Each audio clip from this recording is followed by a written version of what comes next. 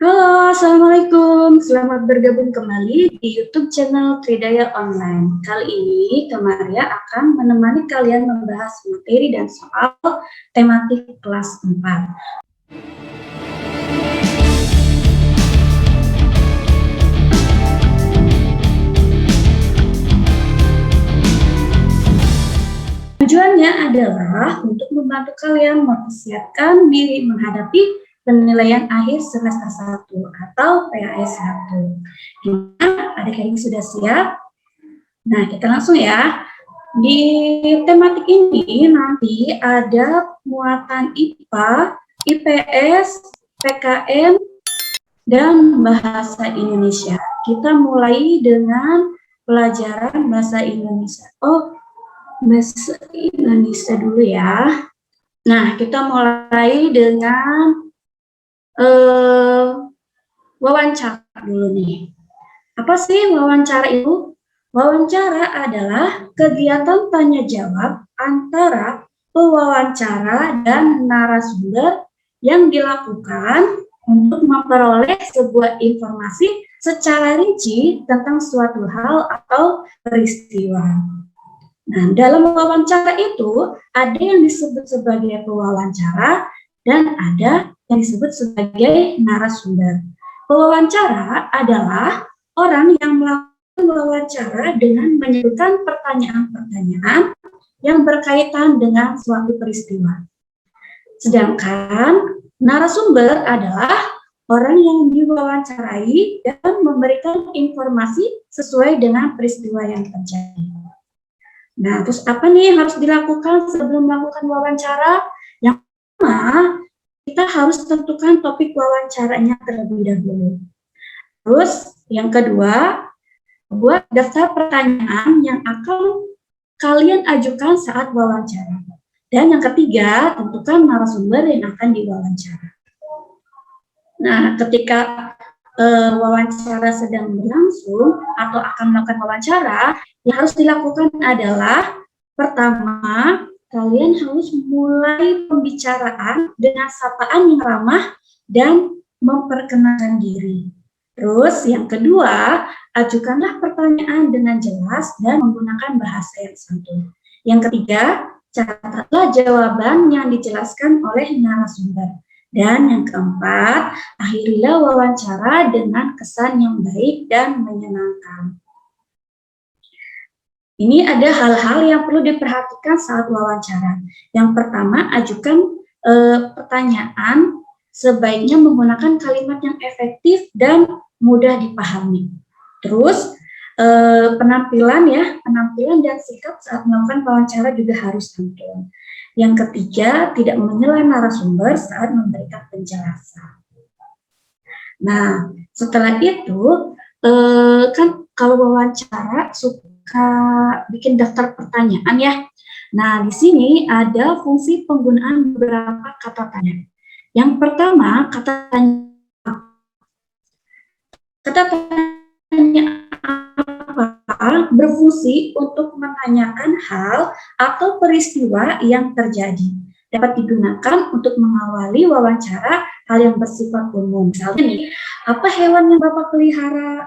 Seperti itu ya, jadi. Terus kata tanya yang kedua adalah berapa. Berapa ya untuk menanyakan jumlah. Contoh pertanyaannya adalah berapa banyak hewan peliharaan Bapak? Terus yang ketiga, siapa? Berfungsi untuk menanyakan pelaku atau orang yang terlibat dalam kejadian. Contoh pertanyaannya, siapa yang memelihara hewan peliharaan Bapak? Pertanyaan kata tanya yang keempat yaitu adalah di mana. Kata tanya di mana berfungsi untuk menanyakan tempat kejadian peristiwa. Contoh pertanyaannya, di mana Bapak membeli makanan hewan? Dan kata tanya yang kelima adalah kapan. Kata tanya kapan berfungsi untuk menanyakan waktu kejadian peristiwa. Kata tanya selanjutnya adalah mengapa. Kata tanya mengapa berfungsi untuk menanyakan sebab terjadinya bagaimana. Kata tanya bagaimana berfungsi untuk menanyakan keadaan atau proses terjadinya peristiwa. Ya, atau kalau kita singkat, kunci 3D-nya adalah adik simbol berapa. A, apa, di mana, K, kapan, si, bagaimana, dan berapa. Nah, kalau yang ini balik lagi ya, menyambung ke tadi habis wawancara, terus nanti kita bikin laporan. Nah, laporan wawancara.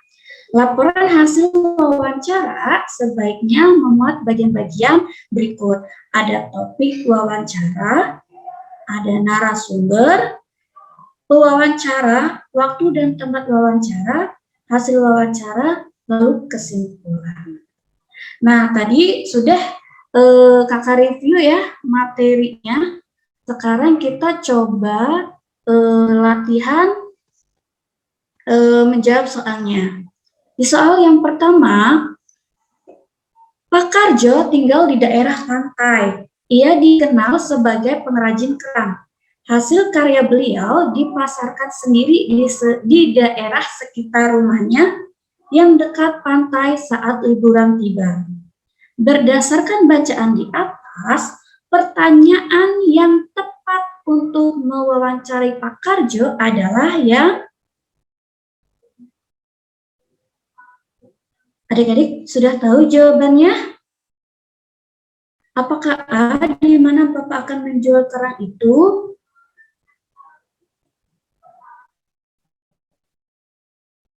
Atau B, apakah Bapak senang kami datang kemari? Yang B, tidak ada dalam teks ya. C, berapa buah hiasan dari kerang yang dapat Bapak buat dalam 1 bulan? Dan yang C juga tidak tercantum di teks. Kalau yang D, bagaimana perasaan Bapak saat menjual kerang di pantai? Apakah ini juga ada di dalam teks? Tidak ada ya, jadi jawabannya adalah yang A, di mana Bapak akan menjual kerang. Nah, nanti jawabannya itu ada di teks yang kalimat keberapa? Kalimat kedua ya. Hasil karya beliau dipasarkan sendiri di daerah sekitar rumahnya.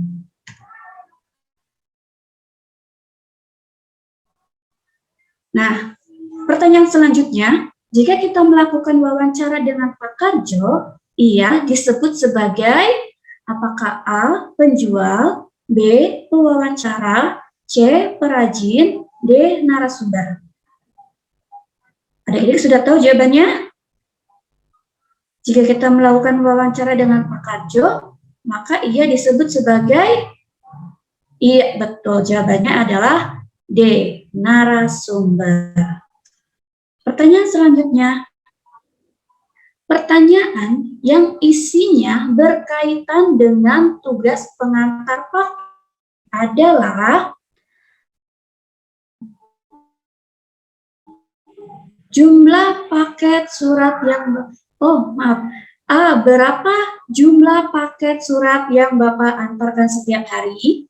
B, apakah kendaraan yang Bapak pakai setiap harinya?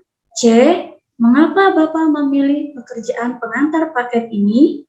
D, siapakah yang mendorong Bapak mengantarkan surat tugas ini? Kira-kira apa jawabannya? Jawaban yang tepat adalah yang A, berapa jumlah paket surat yang Bapak antarkan setiap hari. Pertanyaan selanjutnya, bunga biasanya terletak di ujung batang atau di ketiak daun. Bagian bunga meliputi tangkai bunga, kelopak bunga, mahkota bunga, benang sari, dan putik. Bunga merupakan bagian tumbuhan yang berfungsi sebagai alat perkembangbiakan tumbuhan biji. Kalimat pertanyaan yang sesuai pada paragraf di atas adalah A, Di mana tanaman bunga dapat tumbuh? B. Apakah fungsi bunga pada tumbuhan? C. Bagaimana cara menanam bunga? D. Mengapa bunga dapat berwarna-warni? Adik-adik sudah ketemu jawabannya? Ya, jawabannya adalah B. Apakah fungsi bunga pada tumbuhan? Karena ada pada teks ya, membiarkan tumbuhan biji.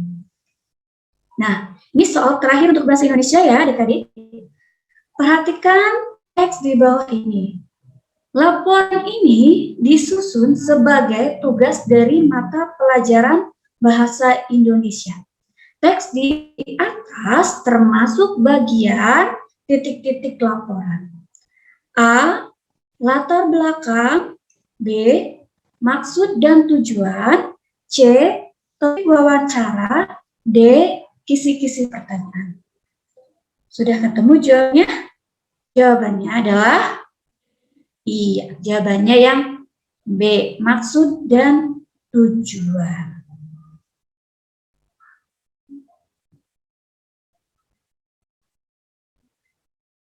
Oke, itu tadi bahasa Indonesia. Sekarang kita lanjut ke pelajaran IPA ya.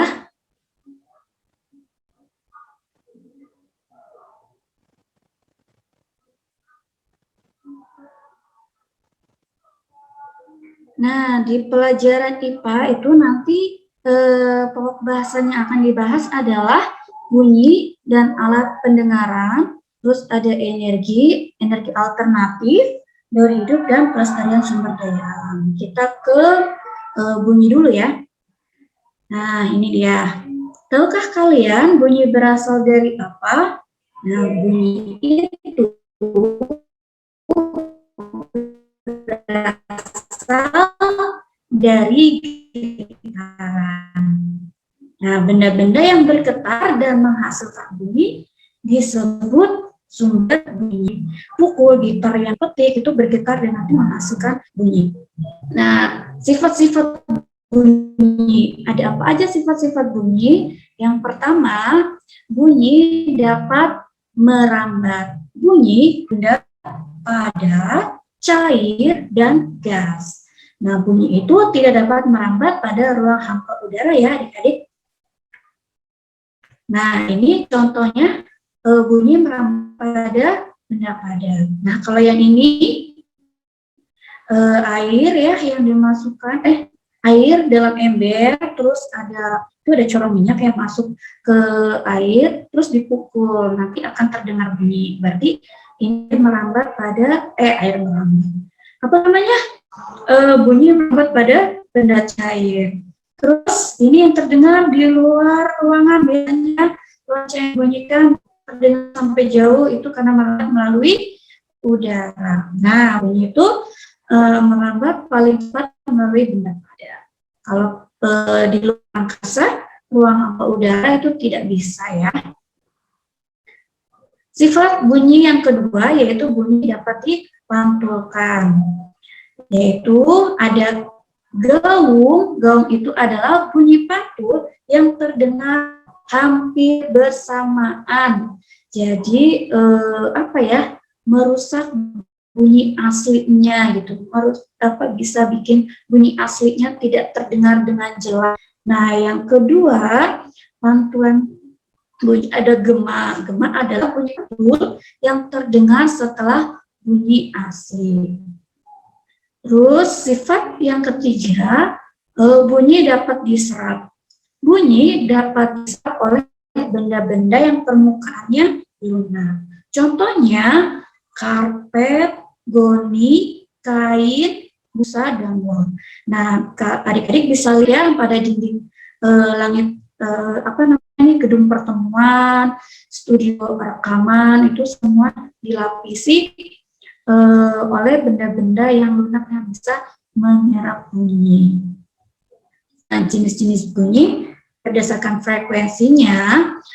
Tapi apa itu frekuensi? Frekuensi adalah banyaknya getaran yang terjadi dalam 1 detik. Nah, bunyi berdasarkan frekuensinya itu ada 3. Yang pertama, infrasonik, yang kedua, audiosonik, dan yang ketiga adalah ultrasonik. Infrasonik itu bunyi yang mempunyai frekuensi di bawah 20 Hz ya. Contohnya ada jangkrik yang bisa mendengar. Terus kalau audiosonik itu bunyi yang mempunyai frekuensi antara 20 sampai 20.000 Hz. Nah, manusia ada di sini ya pada audiosonik. Yang ketiga, ultrasonik itu bunyi yang mempunyai frekuensi di atas 20.000 Hz. Contohnya yang bisa mendengar bunyi ini adalah kelelawar, lumba-lumba. Nah, sekarang ke pendengarannya, yaitu telinga. Telinga itu dibagi menjadi 3 ya, bagian luar, bagian tengah, dan bagian dalam. Bagian luar ada apa aja? Bagian luar ada daun telinga dan lubang telinga atau saluran telinga. Daun telinga fungsinya adalah mengumpulkan suara. Terus saluran pendengaran atau lubang telinga fungsinya adalah untuk menyalurkan suara atau bunyi ke telinga bagian tengah. Nah, bagian yang kedua yaitu telinga bagian tengah. Ada apa aja? Ada gendang telinga yang berfungsi untuk menggetarkan dan mentransmisikan ke 3 tulang kecil di telinga tengah. Terus yang kedua ada tulang pendengaran. Tulang pendengaran itu malas, martil, landasan, dan sambodi. Terus yang ketiga ada saluran Eustachius yang membantu mengalirkan lendir dari telinga tengah dan menyamakan tekan di dalam dan di luar telinga. Saluran Eustachius menghubungkan rongga mulut dan telinga. Dan bagian yang ketiga adalah bagian dalam. Ada saluran setengah lingkaran, 3 saluran setengah lingkaran, dan ada rumah siput atau korea.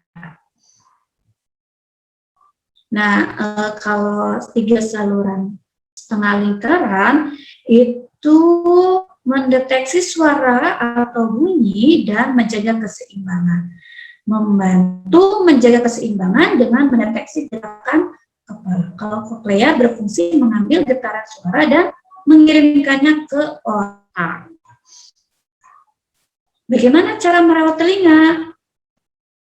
Jangan mendengarkan suara yang terlalu keras dalam waktu yang lama.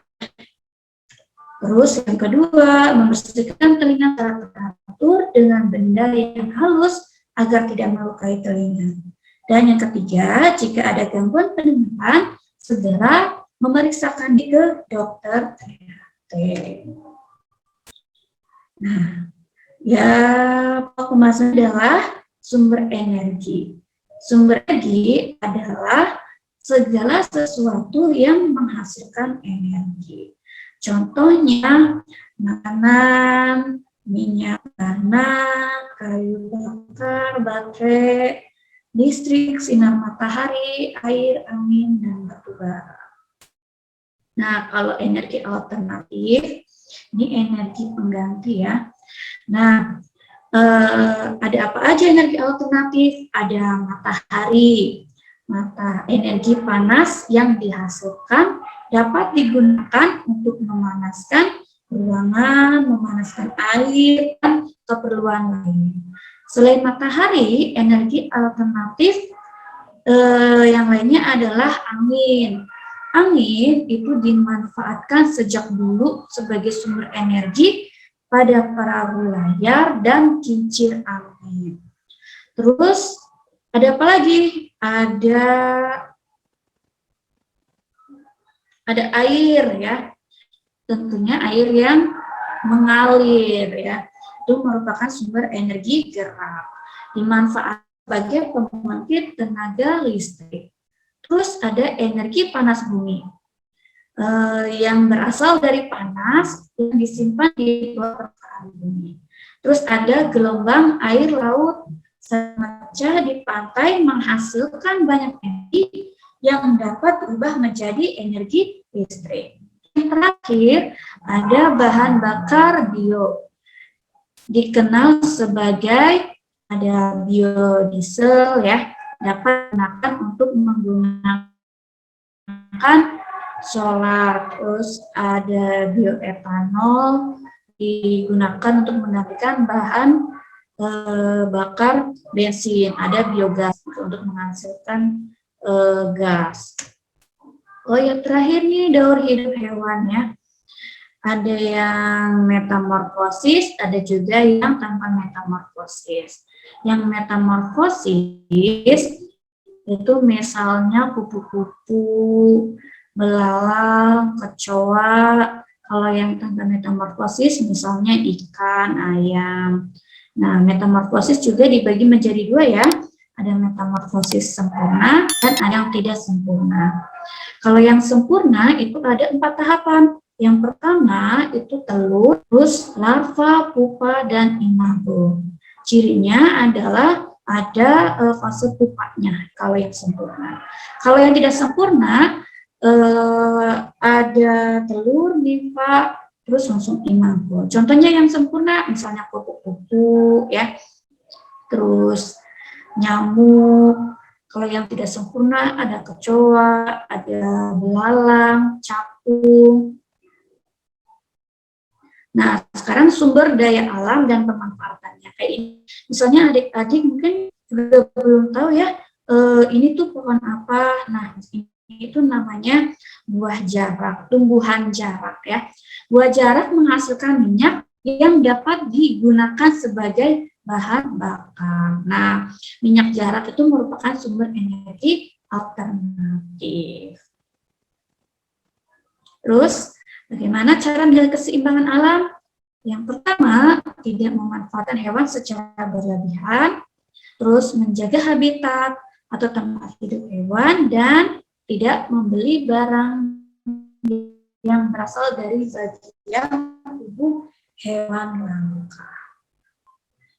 Nah, adik-adik tadi kita sudah mereview materi IPA-nya ya. Sekarang kita coba latihan untuk menjawab soal-soalnya. Yang pertama, bunyi yang dapat didengar oleh manusia adalah A. Infrasonik, B. Ultrasonik, C. Audiosonik, atau D. Supersonik. Jawabannya adalah yang betul. Jawabannya adalah yang C. Audiosonik. Pertanyaan selanjutnya, bagian telinga luar terdiri dari daun telinga dan saluran telinga.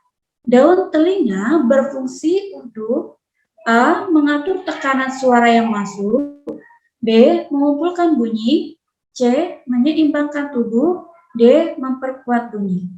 Jawabannya adalah yang B. Mengumpulkan bunyi. Nah, pertanyaan yang selanjutnya. Bagian telinga yang ditunjukkan nomor 3 disebut, coba kita lihat yang nomor 3. Ya, yang ini ya. Kira-kira apa jawabannya? Apakah A. Gendang telinga, B. Tulang pendengaran, C. Saluran eustasius, D. 3 saluran setengah lingkaran. Jawabannya adalah yang betul, yang A, gendang telinga. Pertanyaan selanjutnya, berikut cara merawat telinga yang benar adalah A. Mendengarkan suara keras, B. Memasukkan kacang hijau ke dalam telinga, C. Mengorek daun telinga dengan kapas, atau D. Mengorek daun telinga.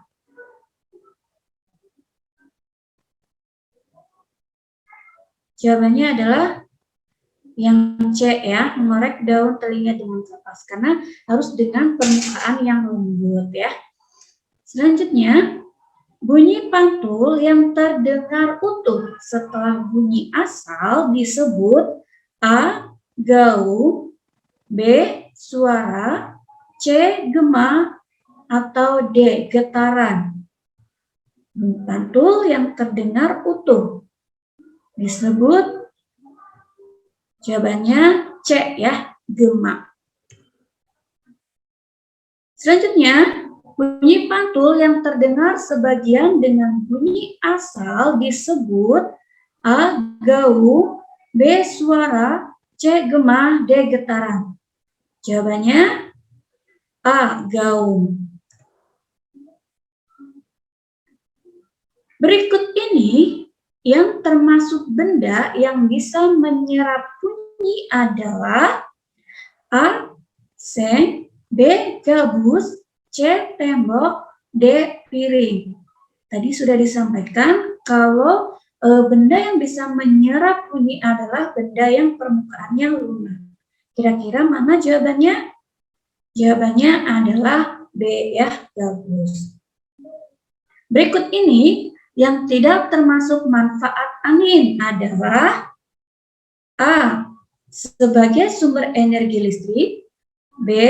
Membantu proses penyebaran biji tumbuhan, C. Menggerakkan perahu layar, D.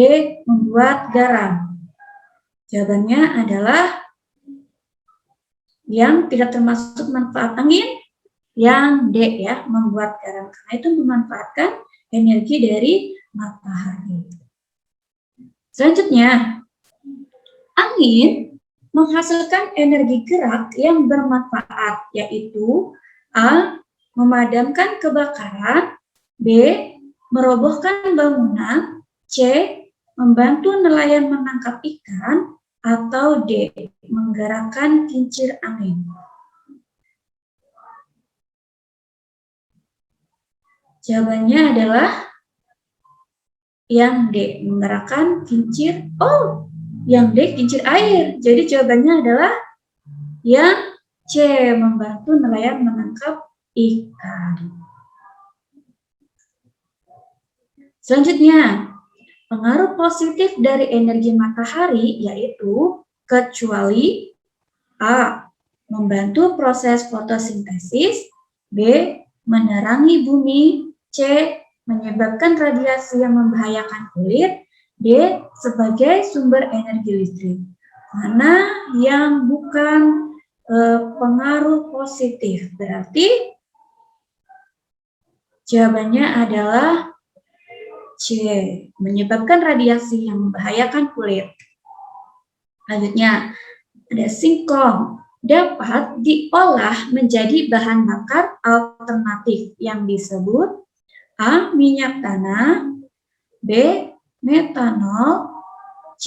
Bioetanol, D. Briket. Jawabannya adalah ya, bioetanol. Pertanyaan selanjutnya, Gali selesai belajar. Tindakan hemat energi yang sebaiknya Gali lakukan adalah A. Mendengarkan musik sebagai pengantar tidur, B.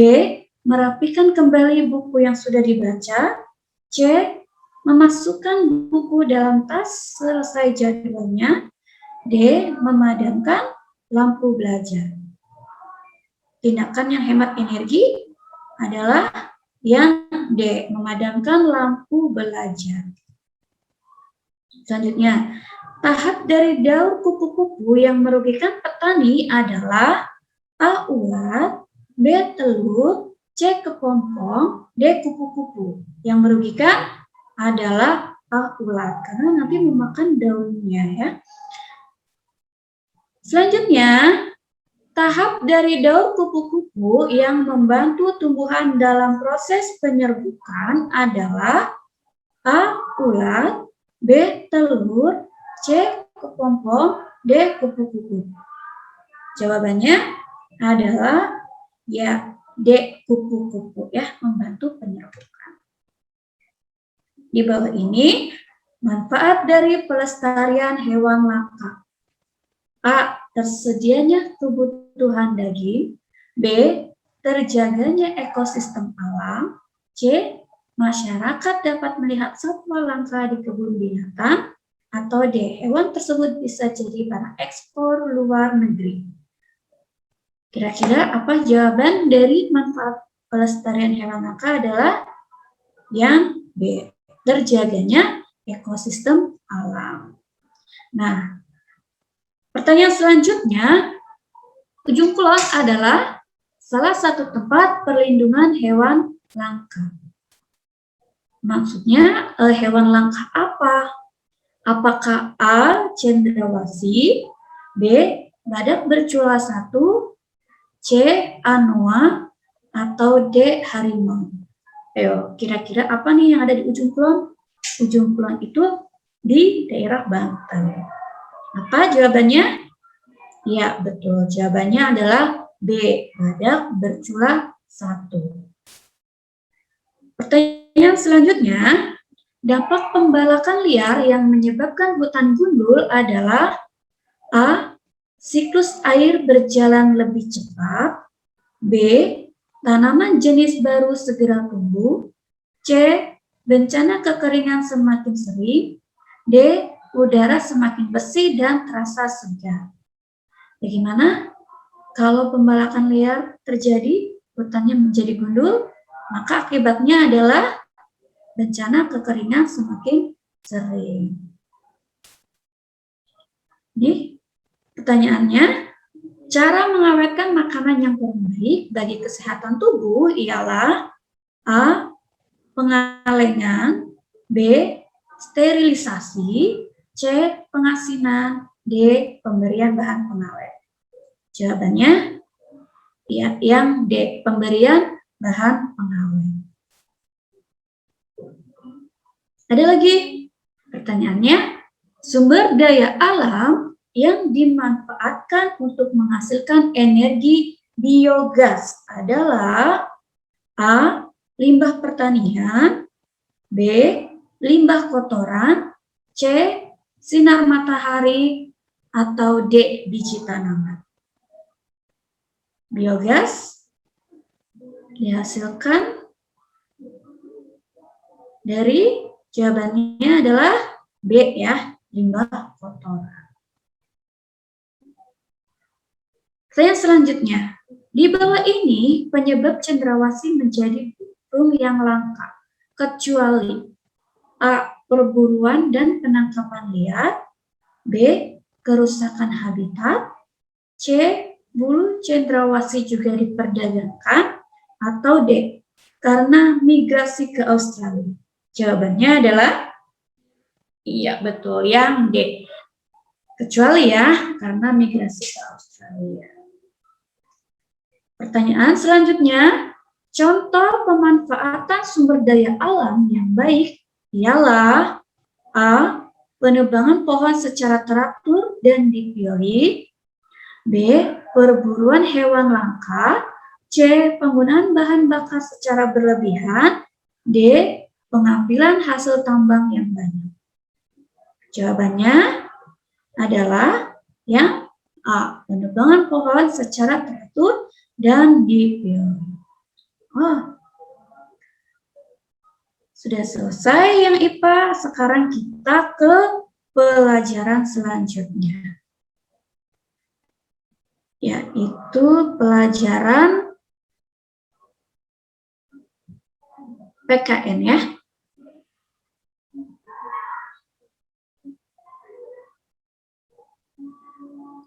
Nah, di PKN itu pokok bahasan yang akan dibahas adalah keberagaman, kerjasama dalam keberagaman, dan hak dan kewajiban.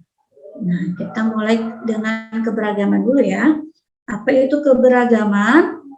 Keberagaman adalah suatu kondisi di dalam masyarakat yang terdapat banyak perbedaan dari berbagai aspek. Misalnya apa?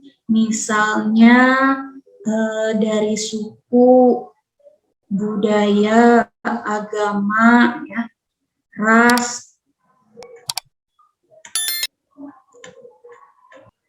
Oke, sekarang kita ke pelajaran PKN ya. Di PKN itu pokok bahasan yang akan dibahas adalah keberagaman, kerjasama dalam keberagaman, hak dan kewajiban. Kita mulai dengan keberagaman dulu ya. Nah, apa sih keberagaman itu? Keberagaman adalah suatu kondisi di dalam masyarakat yang terdapat banyak perbedaan dari berbagai aspek, misalnya agama, terus suku, budaya, ras, gitu ya. Nah, Indonesia itu disebut sebagai negara majemuk. Kenapa? Karena memiliki keberagaman suku, bangsa, dan budaya. Nah, apa semboyan bangsa kita? Yaitu Bhinneka Tunggal Ika, yang artinya adalah walaupun berbeda-beda tetap satu jua. Nah, kalau kerjasama dalam keberagaman itu merupakan kegiatan yang disepakati bersama untuk mencapai suatu tujuan.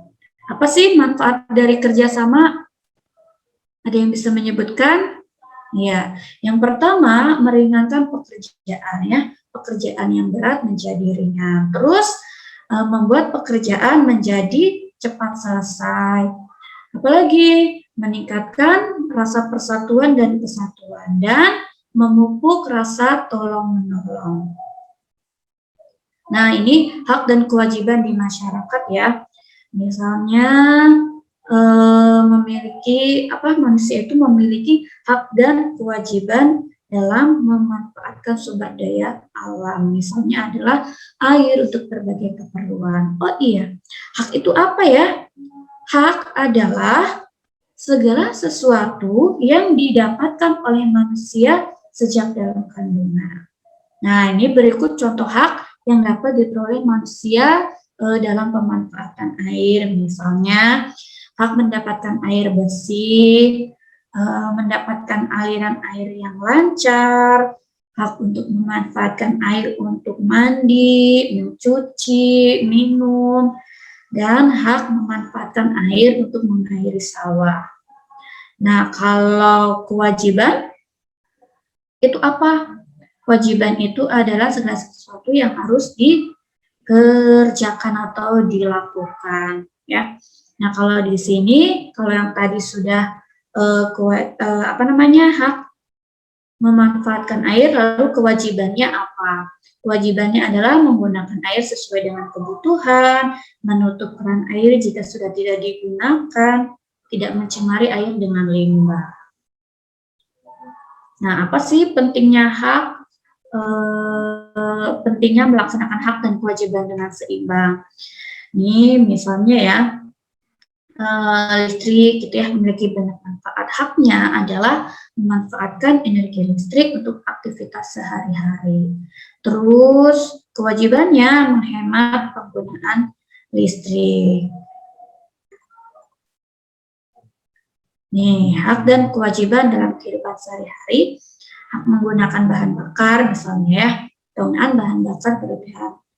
Itu hak penggunaan kendaraan bermotor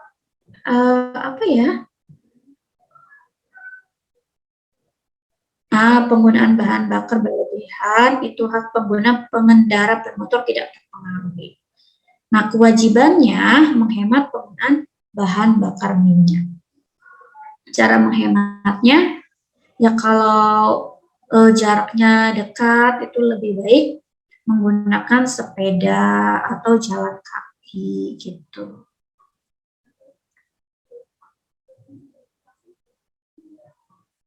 Ini misalnya ya, pelaksanaan hak dan kewajiban. Pelaksanaan hak dan kewajiban itu harus seimbang. Misalnya kita berhak menggunakan listrik, kita juga wajib membayar tagihan listrik. Terus sebelum menerima hak, kita harus melaksanakan kewajiban dahulu.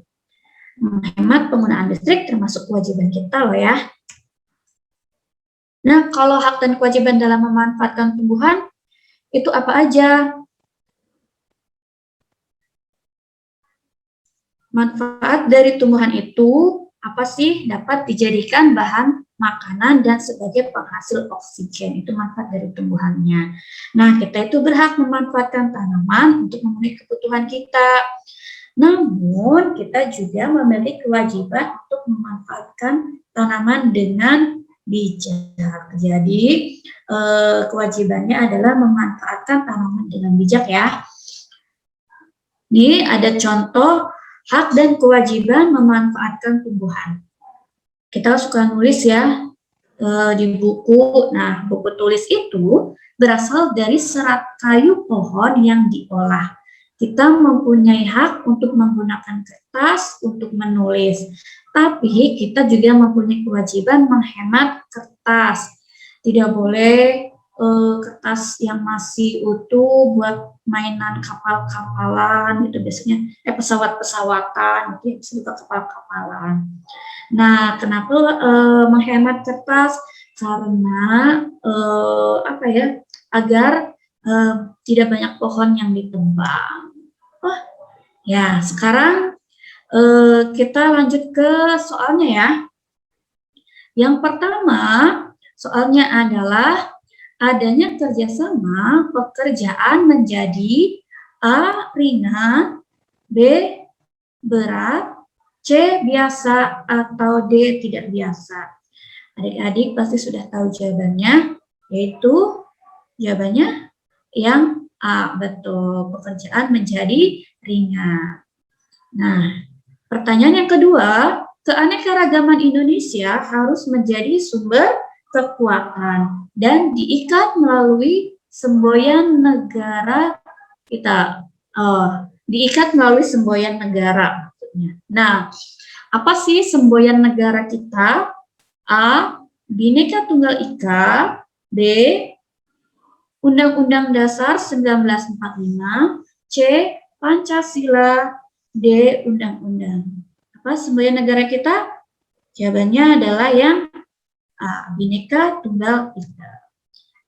Pertanyaan selanjutnya, cara menghargai keragaman agama yang ada adalah dengan cara A. Pura-pura tidak tahu. B. Mengikuti ibadah agama orang lain. C. Mengotori tempat ibadah agama orang lain. D. Tidak gaduh jika ada orang lain yang beribadah. Jawabannya adalah yang D. Tidak gaduh jika ada orang lain yang beribadah.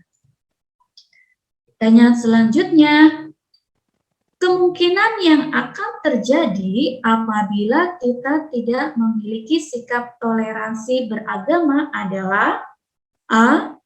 Terjadi perdamaian. B. Perselisihan antar agama. C. Kesejahteraan bangsa. D. Persahabatan antar agama. Ayo, apa? Apa yang akan terjadi apabila tidak memiliki sikap toleransi beragama? Jawabannya adalah yang B. Perselisihan antar agama.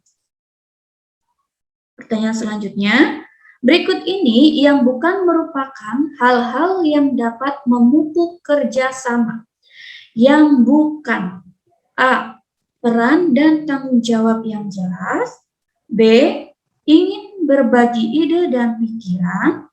C. Berburuk sangka kepada orang lain. D. Keinginan untuk mencapai tujuan. Mana yang bukan merupakan hal yang dapat memupuk kerjasama? Ya, jawabannya adalah yang C. Berburuk sangka kepada orang lain. Pertanyaan selanjutnya, berikut ini kegiatan kerjasama yang baik, kecuali, berarti yang bukan ya. A.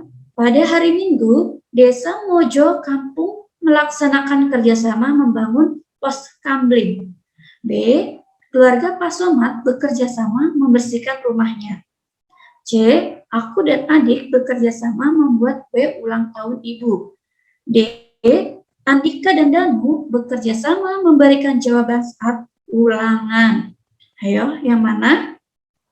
Yang bukan kegiatan kerjasama yang baik?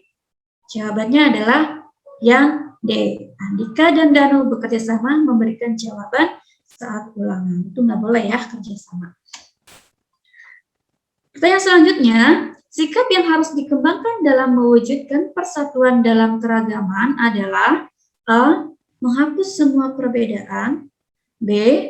memandang rendah suku dan budaya lain. C. Menganggap suku dan budaya sendiri sebagai yang paling baik. Atau D. Menerima keragaman suku dan budaya sebagai kekayaan bangsa. Jawabannya adalah yang D. Menerima keragaman suku dan budaya sebagai kekayaan bangsa.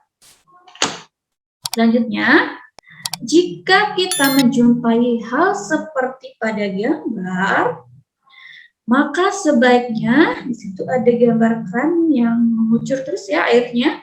Nah, kita tuh sebaiknya bagaimana? A. Keran dibiarkan terbuka. B. Meminta orang lain menutupnya. C. Mematikan keran air. D. Tidak mempedulikan.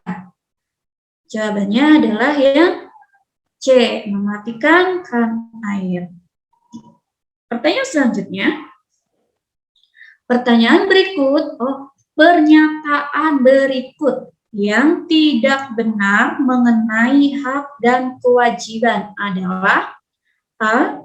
Hak dan kewajiban harus seimbang. B. Hak lebih penting daripada kewajiban. C. Kewajiban harus didahulukan daripada hak. D. Setiap orang memiliki hak dan kewajiban. Mana pernyataan yang tidak benar mengenai hak dan kewajiban? Jawabannya adalah yang B. Hak lebih penting daripada kewajiban. Karena kewajiban dulu ya yang harus didahulukan. Selanjutnya, salah satu kewajiban saat kita memanfaatkan kertas adalah A. Menggunakan dalam setiap kegiatan. B. Digunakan untuk menulis. C. Digunakan untuk mainan pesawat. D. Menyimpan kertas dengan rapi di dalam tas. Kewajiban kita saat memanfaatkan kertas adalah kewajibannya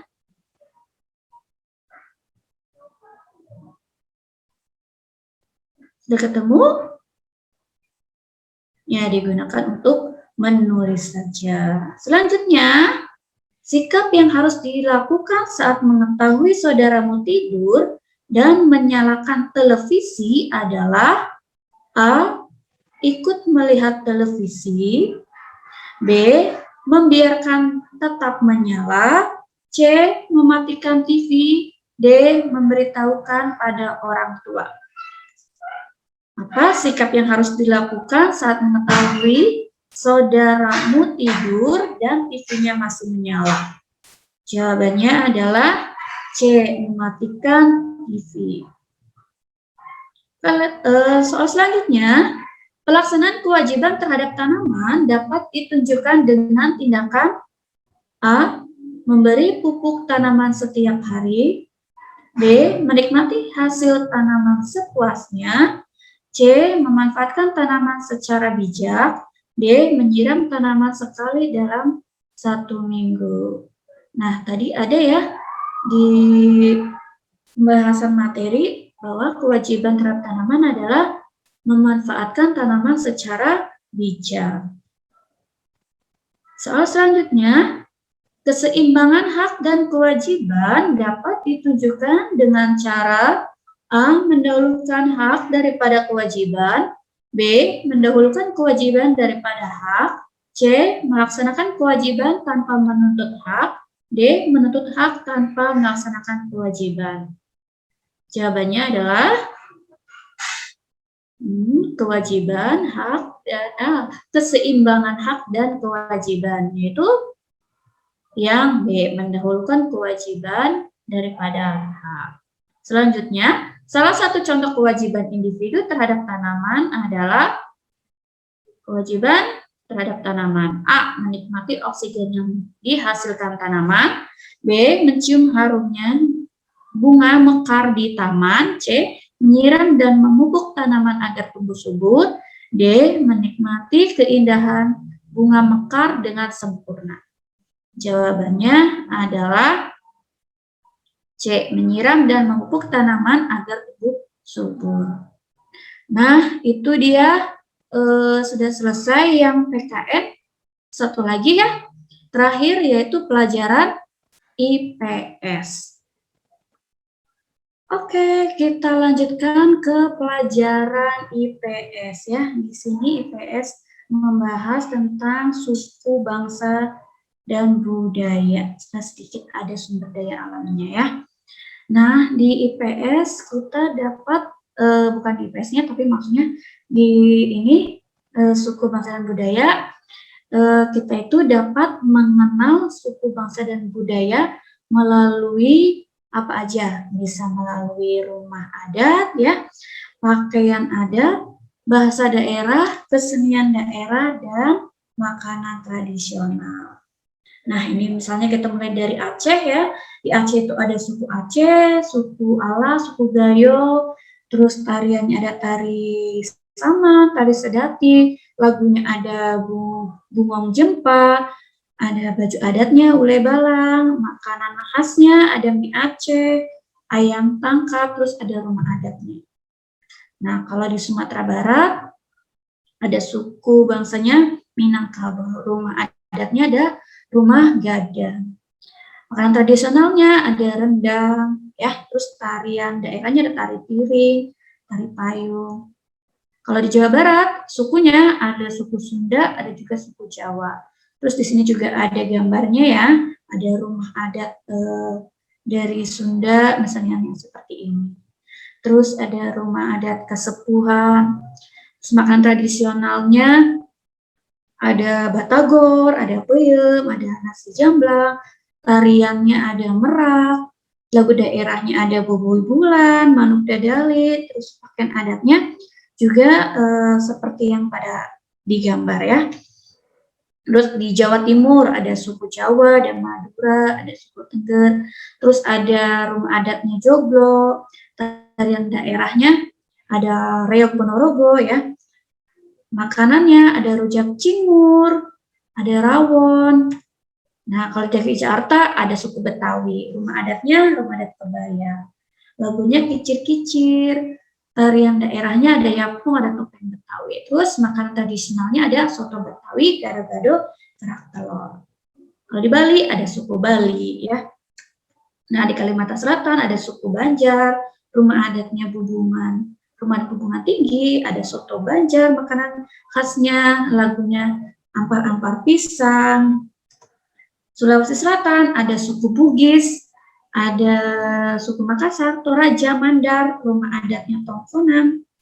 Tarian daerah ada Pakarena, lagu daerahnya ada Ami Mamiri.